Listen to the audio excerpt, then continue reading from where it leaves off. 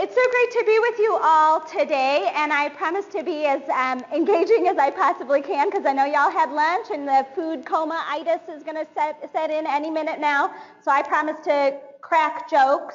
They may not be good, but if you laugh, we'll all stay awake, right? Okay. So we're going to talk about hope is not a strategy. And I titled this whoa, wow, that was exciting. I titled this presentation, Hope is Not a Strategy, because as in my years of being a business development professional inside of law firms, I encountered too many lawyers for whom hope was their business development strategy. and I wanted to live in a world where that was not true anymore. And so in our work with Akina, this is what I do every day, is I work with lawyers and law firms to create business development success through some preparation, some planning, some discipline that will help them be more successful than the strategy of hope. So we're going to talk about that today.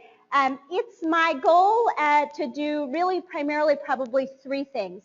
Number one, I want to talk about some fundamentals, set some groundwork for what business development is all about with lawyers, what planning is all about with lawyers, the crazy and sometimes twisted psyche of a lawyer that makes planning sometimes challenging with them. And so we'll talk a little bit about lawyers. And I, by the way, speak about lawyers with total abandon because I used to be one. And so I think it's my right to be able to say whatever the darn heck I want about lawyers. So you'll hear me speak some truths, at least from my experience, about what it's like to work with lawyers and what it means to make them successful or help them be their best at business development. I also want to share several tools with you all. So it's been my experience that when it comes to business development planning, no one template is one size fits all.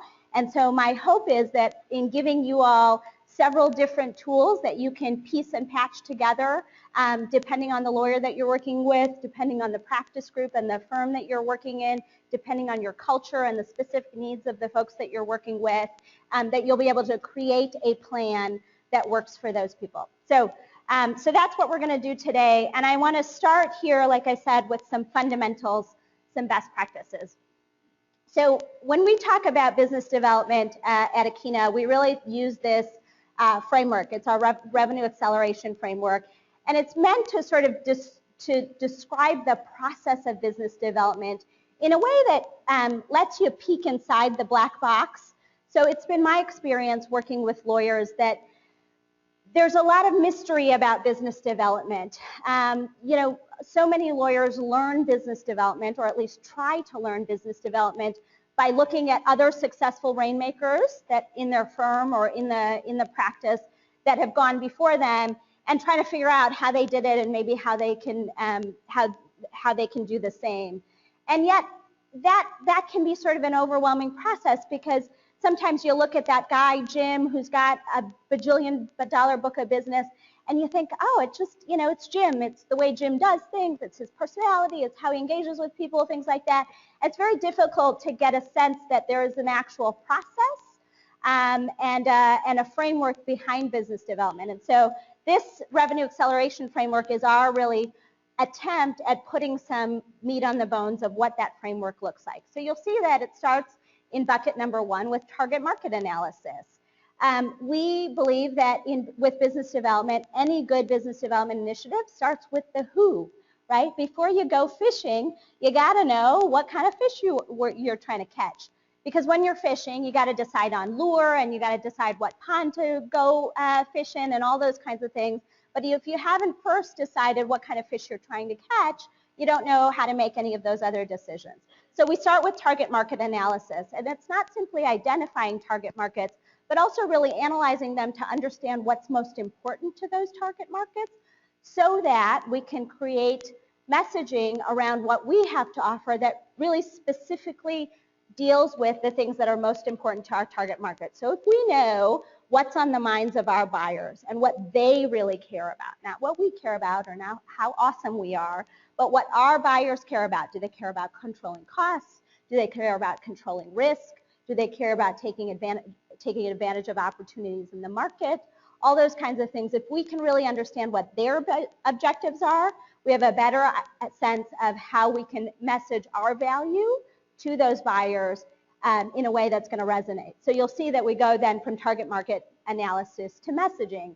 And in my fishing analogy, messaging is really the bait or the lure that you're putting on the end of your hook to really attract those buyers and potential buyers. And so we go to messaging next, and then from messaging we go to relationship building. And in my fishing analogy, relationship building really has to do with what kinds of ponds you're fishing in to look for the kinds of fish that you're looking for.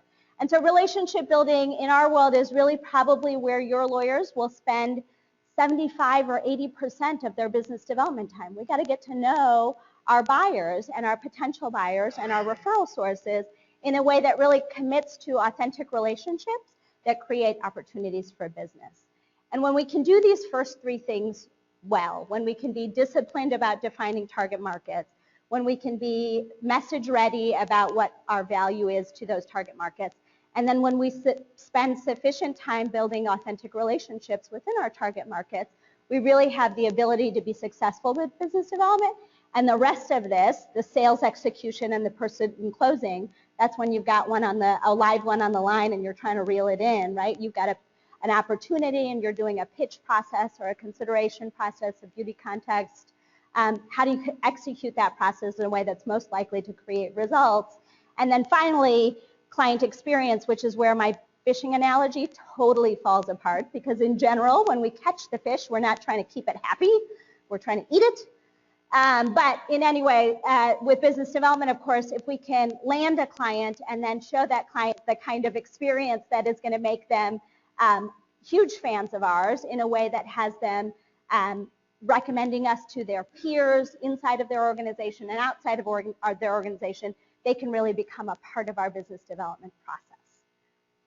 So that's the framework and some of the fundamentals. This is a similar sort of time-oriented view of business development. Lisa, I don't know which water is yours and which one is mine. That's yours? Okay. I don't want to drink your water, but I'm getting very parched already. It must be the desert. So this is sort of a time orientation of a similar kind of context, which is how do we go from meeting someone in our target market to actually closing them and getting their business? Well, first we, of course, have to start with meeting someone in our target market. And once we do that, we then move into relationship building. So we've met someone in our target market, they'd be a good fit client for us, and now we have to build an authentic relationship with them that creates opportunities for us to be considered for business. We spend some time in relationship building until we hit a transition. And we really use the word transition or triggering very deliberately as opposed to conversion, right? Many of you, if you've had jobs in marketing or sales before, you've heard, I need to convert this lead into, I need to convert this lead into a client. How many of you like being converted from what you are to something that someone else wants you to be? Is that awesome for you? It's not awesome for your buyers either. Please don't do that to them. We use transition or triggering event because really what you're looking for is an opportunity, right? You're looking for the right triggering event or transition that means that there's an opportunity for your legal services to be relevant and to solve a problem. And when that happens and you've invested in an authentic relationship, then you're really well placed to move to sales execution and pursuit and closing so that you can ultimately close the deal. Now, I see lawyers get stuck in 3 different places on this timeline. Number one, they simply don't know enough people in their target markets. They just don't. They don't have a big enough network, or their network isn't full of the right kinds of people, in which case I find that it really takes getting some clarity around who's that target market and what do we know about what they read, about where they go, about how they hang out, about what they care about, so that we can be in the same places and having the same conversations that they are, that we can become a part of their worlds. So that's sort of that first place where I see people get stuck. The other place I see people get stuck is in relationship building. I have lots and lots of lawyer clients who have tons of friends who could be their clients, who would make excellent clients for their practice, and yet somehow those people just stay friends and not clients. Do you see this? It's a tough one, and I generally find that it has to do with the kinds of conversations that those lawyers are having with their targets. If we're not having the right kinds of conversations, for example, if our conversations tend to be skewed towards the personal, right, friends, family, kids, interests, and we're not talking enough about their business interests or their legal needs or their relationships with outside counsel and what's working and what's not, if we're not having those conversations, then yes, we may be great friends, but we're not bringing to light issues that might make our legal services relevant. So I find that has to do with having the right kinds of conversations, which ultimately, to me, often boils down to asking questions. Right? Are you asking questions about what's happening in your business? What are your greatest concerns or opportunities that you're trying to take advantage of? All those kinds of things. The last place that I see people get stuck is they'll move directly from target, that first box, all the way to closing, right? They'll go target to sales execution and closing without spending enough time in relationship building and transition.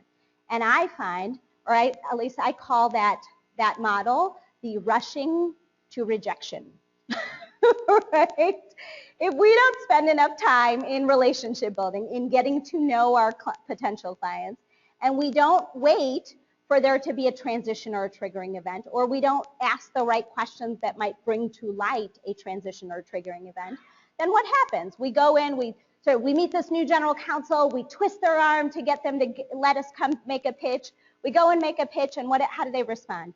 You know how they respond, Erin? They say, thank you, we'll keep you in mind. What does we'll keep you in mind mean? It means we will not keep you in mind, right? It is the polite way of saying, we don't have a problem that you can solve, and we only let you come here because you met Joe on the golf course, right? That's it. That's code for we're not going to keep you in mind. So we don't want you to do that. We want you to invest the right amount of time in relationship building, because people hire lawyers that they know and that they like and that they trust. And we want you to identify those transition or triggering events that are really going to make your legal services relevant. Yes, ma'am. For sure. Can you give us an example of language you might recommend an attorney uses when he calls you and says, hey, my buddy on the golf course told me he's got a meeting for me in front of XYZ company. Let's put stuff together. Let's put stuff together. So my first line of defense, if you will, would be to start asking lots of questions. Great, awesome. What do we know about their business? What do we know about how they engage with legal counsel? Are they lawyered up? Do they like their current legal counsel? Do they not like them? Do they have preferences about how they work, about what their needs are, about what their issues are, right? I would ask lots of those questions. I would suspect that the lawyer that you're working with would not know the answer to those questions. And then what I would say is, oh, so you don't know that stuff either? Great, we should find that out, right? Those are the questions that we need to ask. Tell me about your business. Tell me about what your biggest priorities are for the upcoming year. Tell me about how you engage with outside counsel. What works? What doesn't work? Do you have the kinds of counsel that you need in all of the areas that are important for your business? Those kinds of things. I would start asking those questions. And again, if the lawyer doesn't know, then equip them, right? Let's help them understand what questions they need to be asking of the prospect. And so I would think of that. I wouldn't tell them not to take the meeting, but I would encourage them to reframe that meeting rather than as a pitch meeting, as what we call a discovery meeting. Discovery. Using your ears in proportion to your mouth. Right? This is something I talk to lawyers about all the time. You got to use your ears in proportion to your mouth. You got to listen twice as much as you want to talk, because really the sales process starts with listening, and it starts with learning, and it starts with discovery. And the great thing is that lawyers are good at that. They are actually naturally very curious, good question askers, good learners. And so we need to encourage them to use those same kinds of skills in the pitch process or in the business development process as they do in, for example, litigation process or in the deal process. Make some sense? All right. Let's talk about a couple more fundamentals. So these are three things that I absolutely believe to be true based on my experience with lawyers in business development. Number one, business development is the natural outcome of an authentic relationship. So, authentic relationship. What does authentic relationship mean to you all? What is, if you think about an authentic relationship in some other context, doesn't have to be a business development context, but what signifies an authentic relationship? Trust. Yes, awesome, absolutely. Trust is a great one. What else? What do you think of when you think authentic relationship? Frequency. Yes, there's some frequency with which we spend time together or we're in contact with each other. Absolutely. What else? Give and take. Yes, there's some sense that there's a two-way street, that it's not all one-sided, that we're not just here to get something. Jeff, that was yours. Oh. Well, see, it's good to have the answer from the head honcho. Actually caring about the other person and Thank you. what their issues are. Actually caring. So I was giving a presentation like this at a firm that shall remain nameless to protect the guilty. And where I was talking about this concept of authentic relationships, and the managing partner of that firm raised his hand, again, will remain nameless to protect the guilty, and said, oh, Tasneem, you mean you have to actually care about the person? Yes. In case there was any confusion, I mean you have to actually care about the person. And if you cannot find it within your heart or your mind, or your lawyers cannot find it within their hearts or their minds to care about the person that they're trying to get business from, then please let someone else be their lawyer, right? I mean, just let that go. Go find a target market. Go find a company. Go find an individual. Go find whoever that you can actually care about, a client that you can care about, actually care about, as opposed to faking it, because faking it don't work, people. Like, it's just so transparent. It's so transparent. So number one, authentic relationships. Number two, problem solving. This is the thing that lawyers do all day long. They solve problems. But this is about providing solutions to problems that should be solved. And sometimes those problems are going to be problems that we get paid to solve. And sometimes we have to invest in solving problems that don't get us paid. As a strategic investment in a relationship, an authentic relationship that we think might hold opportunity later. And it's really that idea of being other-centered and delaying our own payback in the service of others that I think makes a big difference. When we can really seek to serve others, to solve problems that they want to solve, not that we want them to solve, because that means that we get to make money. That's when we start to create those authentic relationships that ultimately lead to business. And then lastly, and this is kind of a strange one for a presentation on business development planning, that success in business development is much more about the how than about the what. So what do I mean by that?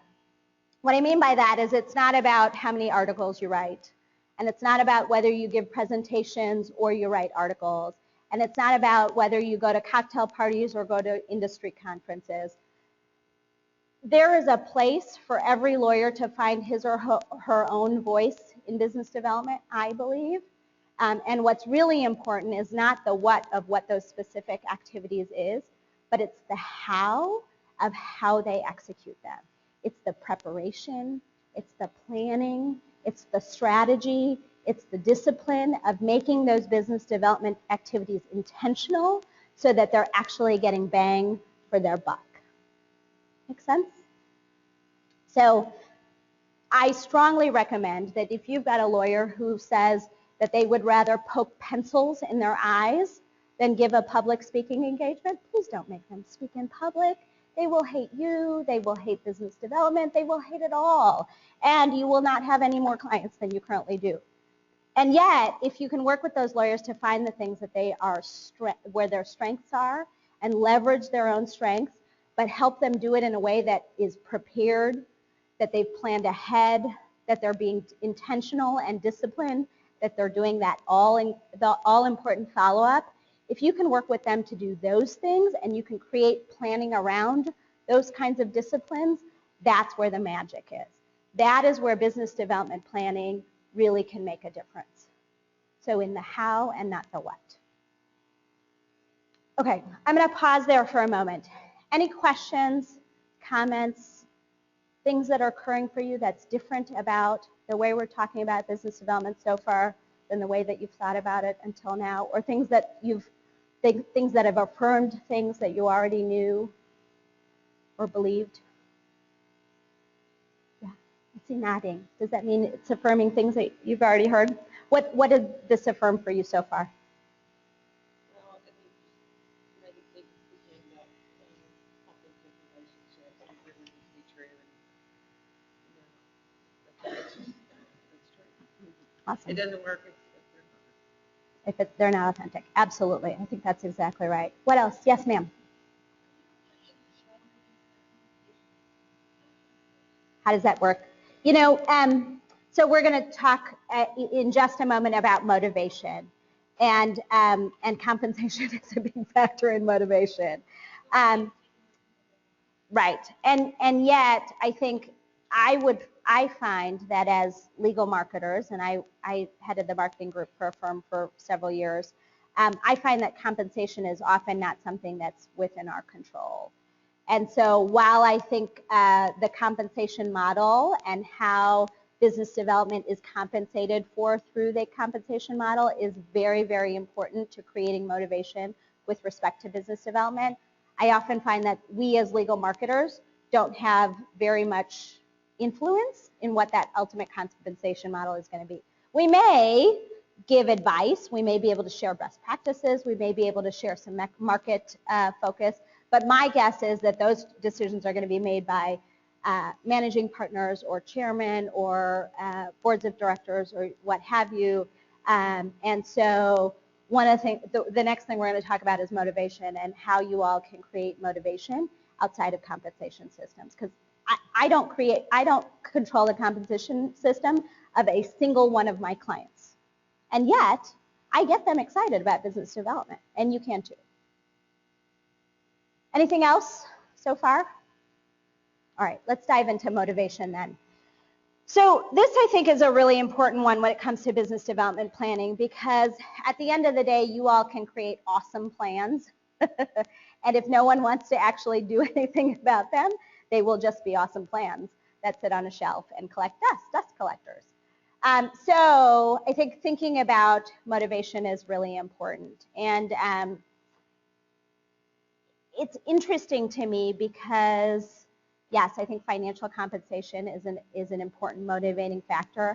And yet, I think there are such simpler, easier ways to motivate lawyers that are really important. So a couple of things. The carrot, the stick, and the mirror, I think, are three important tools to think about when you're thinking about motivating lawyers for business development. You all know what the carrot and the stick are, right? Carrot is some awesome thing that I want. Stick is some bad thing that I don't want.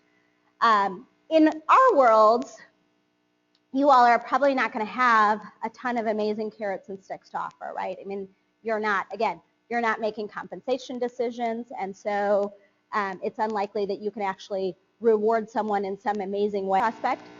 Opportunistic prospects, these are the people that show up on their door and say, hey, I need a lawyer just like you. Awesome, we love those people. We wish that happened more. Industry targets, so this is the vertical in which the target lives. So pharmaceutical, technology, insurance. Buyer type targets, this is the horizontal. So is there a geography, a type of company, a title of a professional? Are they looking for chief technology officers, whatever? And then lastly, situational targets. So situational targets are what situation or circumstance does someone need to be in order to be a good fit client for us?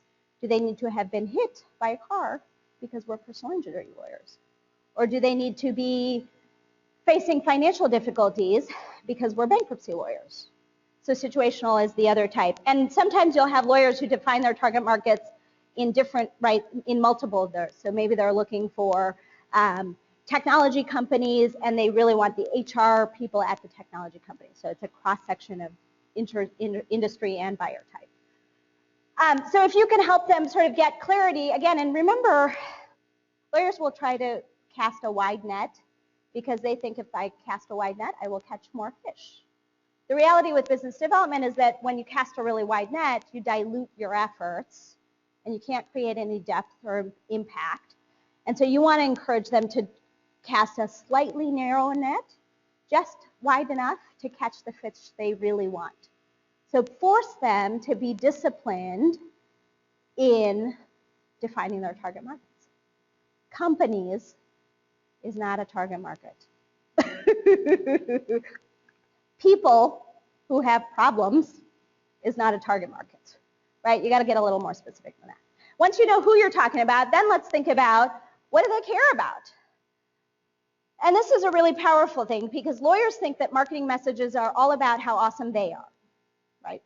So they think, I went to Harvard Law School and I have tried blah, blah, blah number of cases and I am the most awesome awesomest. In fact, I am an awesome lawyer. And that's really not what buyers care about. Buyers care about what they care about. They care about financial results. They care about beating their competition. They care about minimizing their risk. They care about controlling their legal budget. They care about the things they care about. And when we can get lawyers thinking about what their buyers care about, and then we can help them make the connection between what we, the lawyers, have to offer and what our buyers care about, now we're speaking their language, right? You got a buyer who cares about controlling their cost margins. Awesome. Well, we are excellent contract lawyers, and we create vendor contracts that help you control those cost margins. Awesome. Cool. Now you're talking my language. Okay. So this is just more another tool on that same concept. We start with what do they care about? And then we map that to, okay, what kinds of questions do I need to ask to get them talking about what they care about? And then once they've got talking about what they care about, what do I need to tell them, key messages about what we offer that relates to what they care about. And that maps back to an offering or a service that we have to give. More on target markets. So it has been my experience that any single lawyer can actively manage relationships with anywhere from 20 to 40 individuals at any given time. So any less than 20 tends to be too few to create the kind of activity and volume of activity of business development opportunities that we need to actually make stuff happen. And any more than 40 tends to be more people than we can actively manage relationships with in a sort of conscious, intentional way. Now that does not mean that you can only have 40 people on your Christmas card list, right? Or that they can only invite 40 people to their cocktail party. But what I'm talking about is actively managing relationships with people. And so I find that it helps to get the lawyers focused on who are those top 20 to 40 contacts that you're actively managing relationships with. And I use a really simple template like this. What's their name? Where they come from? PCA stands for prospect, somebody who can buy. Connector, somebody who can connect me with someone that can buy. Or alliance partner, someone with whom I'm partnering to develop business. 1, 2, 3, very complicated system for saying, is this person a 1, high priority, 2, medium priority, 3, low priority? And then what was the last time I saw them, next time I'm going to plan to see them, and anything I need to remember. Really simple tool, but if you can help people sort of just keep track of the people, right? Because at the end of the day, business development comes from our interactions with prospects and connectors. Okay, if there was a page that I could gold plate in these materials, it would be this one. I told you that hope is not a strategy. This is the antidote to hope as a strategy. Every time one of your lawyers goes into a business development activity of any kind, a lunch, a conference, a cocktail party, you name it, I want you to ask them to think through these 4 things. Number 1, what is my objective? Why am I here?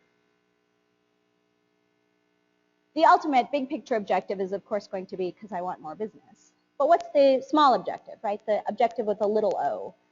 Do I need to get to know this person better? Am I trying to solidify a personal relationship with them? Am I trying to learn more about their business? Do I want to find out if they have an existing lawyer that they like? What's the objective? Related to the objectives then, what key messages am I trying to communicate? And what questions do I need to ask to find out what I need to find out? Have them think through those two things.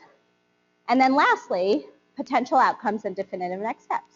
What do I expect to happen at the end of this meeting, cocktail party, lunch, whatever? And then what am I going to do to make sure that I set a next step that keeps the ball rolling? And this is a really important part. So you will have lawyers, all of you will have probably already experienced this. They go to an awesome lunch, everybody has a great time, they're all leaving, we should do this again sometime, it was awesome. Only to have 6 or 9 or 12 months go by, and that sometime never comes. And now we feel lame because we don't know how to pick up the phone and pick up the ball again, right? We've let it go cold. And so the definitive next step is the antidote to that.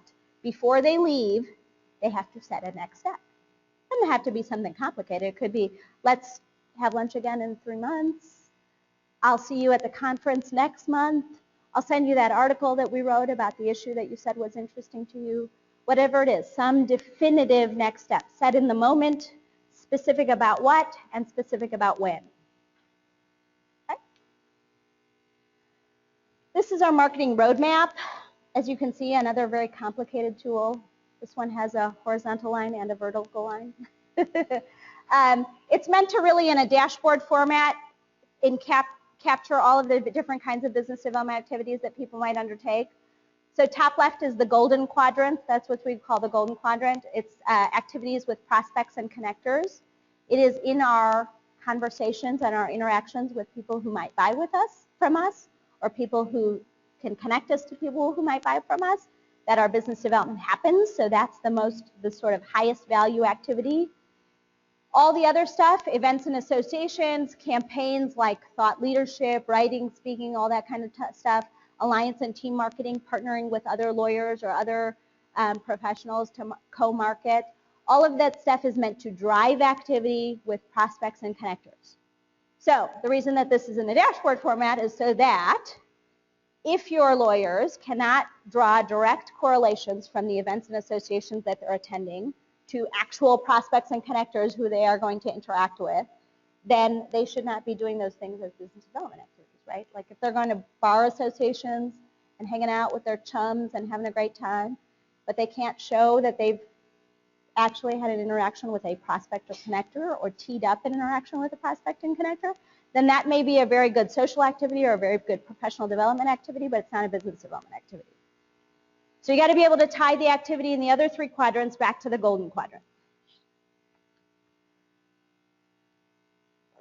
I've given you some best practices on lead generation. I will not go through them in detail, but I'm happy to talk about any of these in specific if you all have questions later.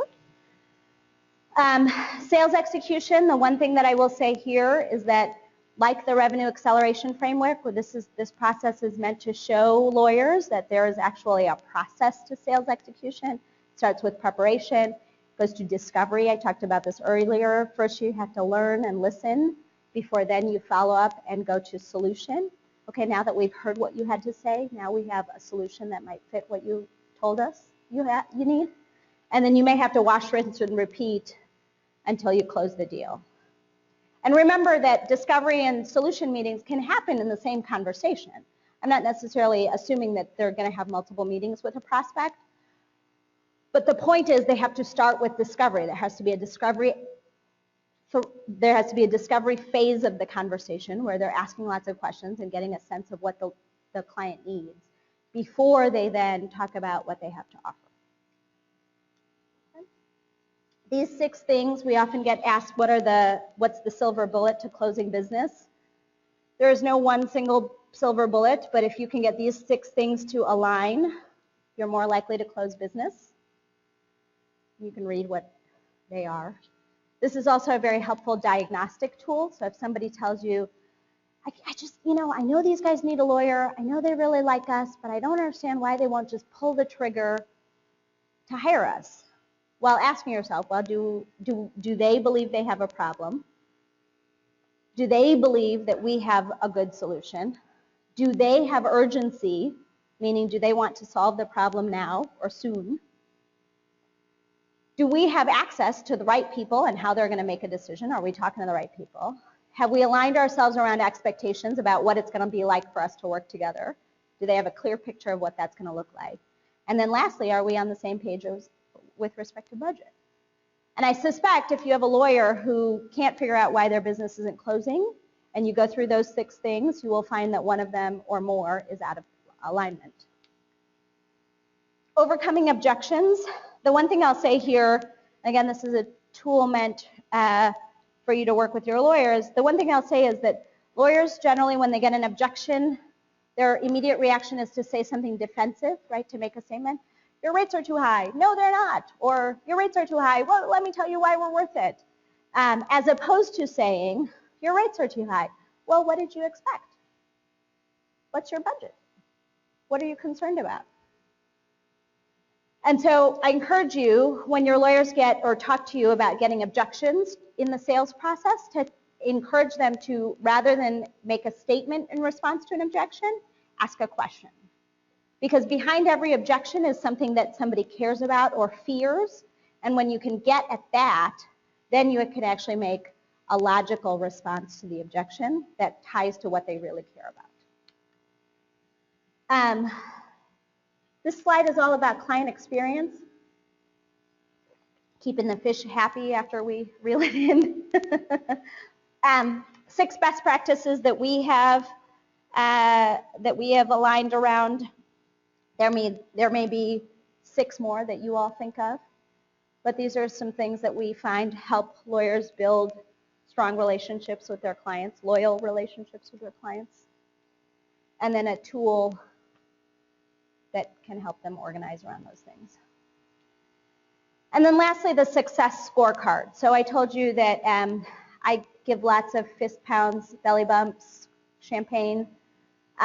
This is a list of all the things that you can help lawyers measure their success by. That's not just dollars. They reconnected with someone, or they connected with someone new. They advanced their relationship with someone. They set a definitive next step and actually kept it. All those kinds of things. And all of these things lead up to the dollars, right? We got to do all these things well. And it used to be 7 touches, now it's like 17 touches, 14 touches, whatever.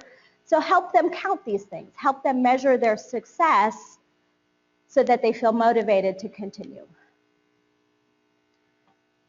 Final thoughts, work with the willing, meet them where they are, create conditions where they can be successful. And remember, less is more.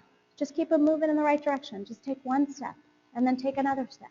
And then maybe we move our direction a little bit and take another step. It's not magic. And so this is not the presentation that tells you you have to have a 14-page business development plan that has all these brilliant things in it. That's not what this presentation was about. I hope that I made that point clear.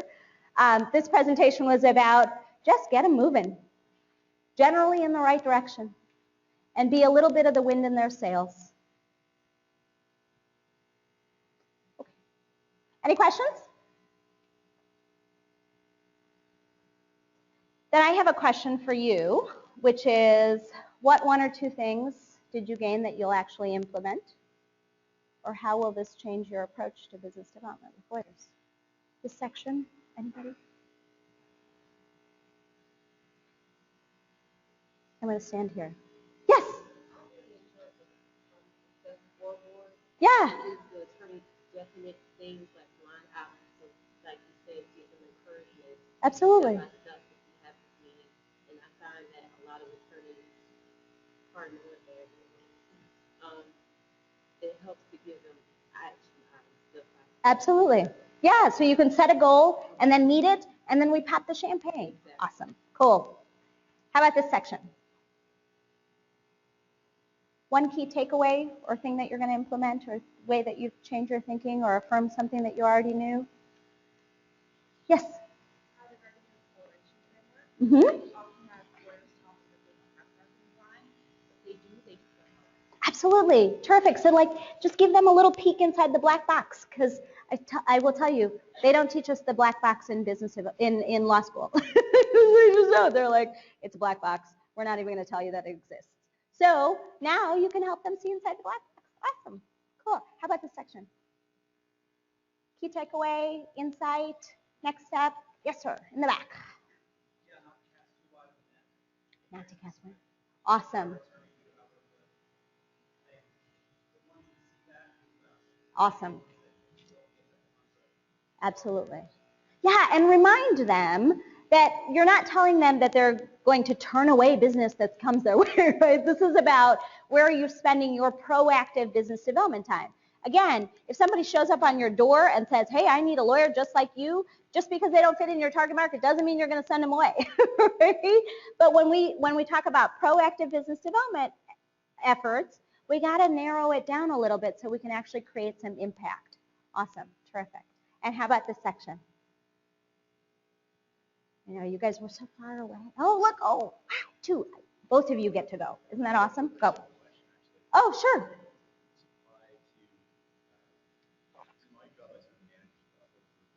Uh-huh.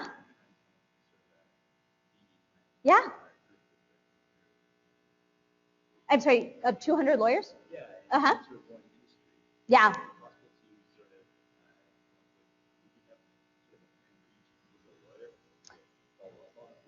So I would probably do both. What I work with multiple lawyers in a team or a practice group or something like that. Generally, I will have each of them create a plan like this, a marketing roadmap.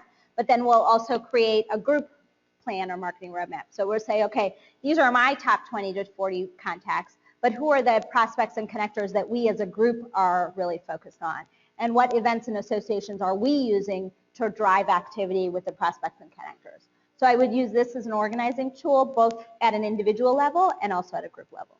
How do you avoid the chicken and the egg problem? Because it's, well, we want to have some direction from the top as to what the greater strategy is, and reconciling that with the grassroots, where everyone's sort of chosen, what they want to accomplish their personal objectives. Yeah. And that's assuming there are no conflicts between them. Yeah. So that is a similar question to me as the step 52 paralysis, right? It's like, well, we don't know all the steps between A and Z, so we can't take step number 1. Just get them moving. Just get them moving. I swear to God, if you get them moving a little bit, they'll be better off than they were yesterday. Just get them moving. Whatever you have to do to get them moving. Moving in the generally right direction. That's all we're going for. Anything else? Bosses, did I do an okay job? Awesome. Thank you. Thank you. It was so great meeting you all.